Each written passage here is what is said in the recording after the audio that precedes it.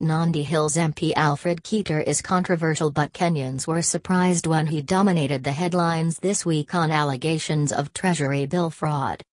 The second-term MP is affiliated to Jubilee Party, in which he caused problems over the leadership of committees. A look at the MP's history shows he caused troubles even at Kapsabet High School, where his political ambitions were birthed. Many troubled years. Keter was brought up in Ollessos village, Nandi County, in a family of 6, 4 boys and 2 girls. He attended Cheplelachbei Primary School and then Kapsabet High School, where he was the ringleader of many strikes. According to an interview with the Eve Woman magazine while in Form 1, he is said to have mobilized students to engage in a strike and was punished with a week-long suspension. In Form 3, he sneaked out with his friends to have fun and was subsequently suspended. He was later readmitted but expelled in Form 4 after harassing a cook who failed to give students food, forcing him to sit his KCSE examinations outside the school compound.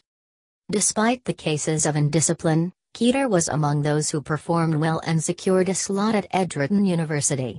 But he was expelled in his second year after leading a strike to oppose tuition increments.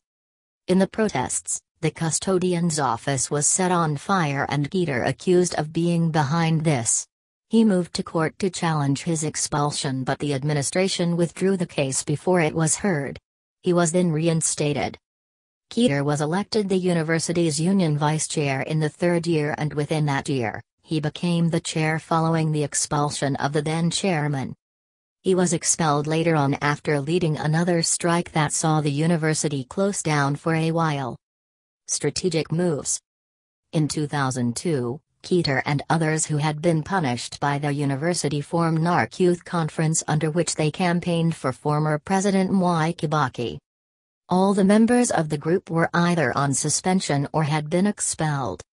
TH Group had a memorandum of understanding with Kibaki that he would reinstate all of them to the university because the president honored this promise. After completing his studies at the university, Keter went back to the village but later moved to Nairobi, where he engaged in businesses. He worked as a matatu tout at some point, and he later managed Eastleigh No. 9 matatus. In 2007, he made his first political move by vying for the Stara parliamentary seat. He lost the race but tried against in 2013, when he became Nandi Hills MP. More trouble under Jubilee Party. In his first term as a legislator, Keter landed himself in trouble when a video circulated on social media of him abusing and threatening police officers manning Gilgilway Bridge on Nairobi-Nakuru Highway. In the 2015 incident, he allegedly spat expletives in the company of then-nominated MP Sonia Birdi, whose truck had been detained because it lacked an exemption permit as required by law. The MP later accused the government of failing to curb corruption in the standard gauge railway contract. Since then, he has been perceived as a thorn in President Uhuru Kenyatta's Jubilee Party.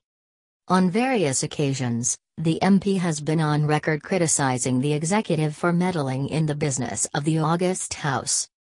His continuous attacks on Uhuru's government saw him announce in 2016 that he had quit the party as there was too much graft. Keter launched a scathing attack on Uhuru and Deputy President William Ruto, saying the country's economy was collapsing because of corruption. Likening the alleged graft in the government to cancer, he said, "You can quote me on this. Anyone you see supporting Jubilee is either stupid or corrupt. The other name of Jubilee is corruption, and you cannot describe corruption in Kenya without calling it Jubilee. I mean, Jubilee and corruption are one and the same," he added. Keter later warned that Jubilee could lose the 2017 presidential election if the litany of corruption cases and massive loss of public funds were not resolved. "This government has 2 sets of people. Those who are too busy corrupting and those who are too lazy to perform," he said. Keter says he will defend his seat either as an independent candidate or under another party. The MP has also warned Kericho residents to be wary of Jubilee's false promises of development projects to win their support. He claimed the ruling coalition will halt lined-up projects should they win. C. Ignored Jubilee's fake promises ahead of March 7 by poll, Alfred Keter tells Karacho. More things falls apart. Keter later mended the broken bridges with the ruling party and defended his seat on the party's ticket. Things, however, fell apart again after he and 3 other MPs defied a directive to relinquish their positions in National Assembly committees. Keter, Moy Ibans Silas Tyron, Marakwet MP David Bowen and Demguen's Alex Koski defied the orders and were summoned to State House as a result.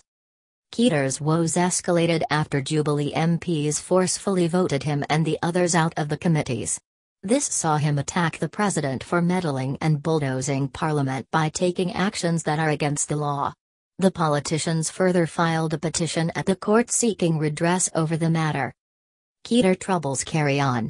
Last Friday, he was dramatically arrested at the Central Bank of Kenya alongside 2 directors of Desai Company for allegedly forging Treasury bills worth $633 million.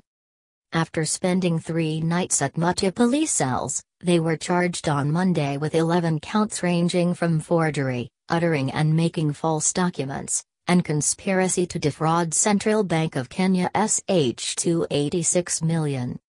Keter and directors Madot Saborli and Arthur Sakwa were also accused of presenting a fake T-bill that will cost CBK $347 million. They were presented before Chief Magistrate Francis Andei, who released each one of them on $2 million cash bail or $5 million bond. The case will be heard on June 4.